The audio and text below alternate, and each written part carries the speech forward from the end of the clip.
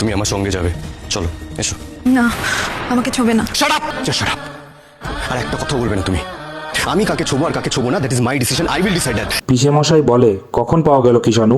বুবলাই বলে, পুলিশ যখন ড্রেনের দিকে যাচ্ছিল তখন তারা মিঠিকে দেখতে পায় এবং মাঠ থেকে উদ্ধার করে। কিষাণু মিঠিকে বলে, তুমি এখন আমার সাথে ঘরে যাবে। মিঠি বলে, না, আমাকে তুমি ছোবে না। কিষাণু বলে, একদম চুপ, তোমাকে আমার কথা শুনতে হবে, কারণ আমি একজন ডাক্তার আর আমি তোমার ট্রিটমেন্ট করব। কমলিনী বলে, আমার মেয়েটার জীবনে কি সর্বনাশ ঘটে গেল? নতুন কাকু বলে, না, এটা একটা অ্যাক্সিডেন্ট, তুমি একদম চিন্তা করো না। কিষাণু আছে, সে ঠিক মিঠিকে সারিয়ে তুলবে।